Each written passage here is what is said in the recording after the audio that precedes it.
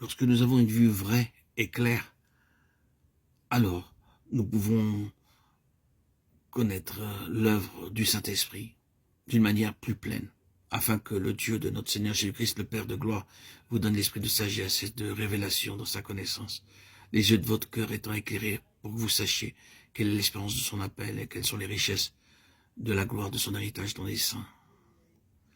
Éphésiens 1, 17, 18. Ces paroles sont adressées à des gens qui ont la vue, pour lesquels cette grande sphère de signification divine attend encore pour sa connaissance une œuvre plus complète du Saint-Esprit. Quant à la vue spirituelle, nous le voyons par Saül de Tarse. Il n'y a aucun doute au sujet de son aveuglement.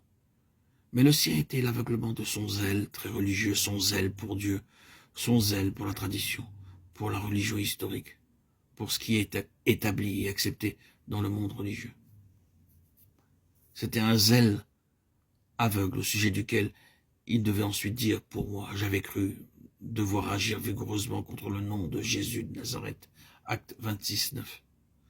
J'avais cru devoir. Ce fut un grand virage lorsqu'il découvrit que ce qu'il pensait et croyait passionnément devoir faire pour plaire à Dieu et satisfaire sa propre conscience était complètement et diamétralement opposé à Dieu et à la voie de la justice et de la vérité. Oh, quel aveuglement! Sûrement Paul se trouve ici comme un avertissement permanent pour nous tous. Le fait d'avoir un du zèle pour quelque chose n'est pas nécessairement une preuve que la chose est juste, ni que nous sommes dans le droit chemin. Notre propre zèle peut être en soi une chose qui nous aveugle, et notre dévouement à la tradition, notre cécité. Je pense que les yeux ont une très grande place dans la vie de Paul. Quand ses yeux furent ouverts spirituellement, ils furent aveuglés naturellement. Vous pouvez utiliser cela comme une métaphore.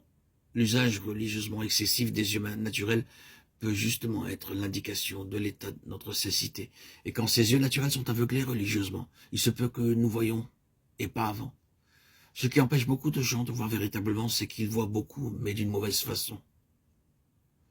Ils voient avec les sens naturels, les facultés naturelles de la raison, de l'intellect et de l'instruction.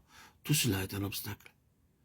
L'expérience de Paul nous dit qu'il nous faut quelquefois être aveuglés pour voir réellement. Il est évident que cette expérience laissa sa marque sur lui. De même que le doigt du Seigneur la laissa sur Jacob pour le restant de ses jours.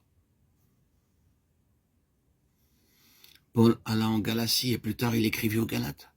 Je vous atteste que si cela avait été possible, vous seriez arraché les yeux pour me les donner. Galates 4, 15. Signifiant qu'il n'ignorait pas son affliction et cette marque qu'il avait depuis le chemin de Damas.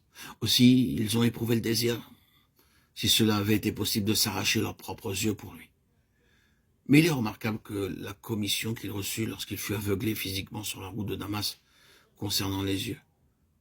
Paul, aveugle, fut conduit par la main jusqu'à Damas, mais en cette heure, le Seigneur lui avait dit, « Je t'ai choisi du milieu de ce peuple et du milieu des païens vers qui je t'envoie, afin que tu leur ouvres les yeux, pour qu'ils passent des ténèbres à la lumière et de la puissance de Satan à Dieu. » Acte 26, 17, 18.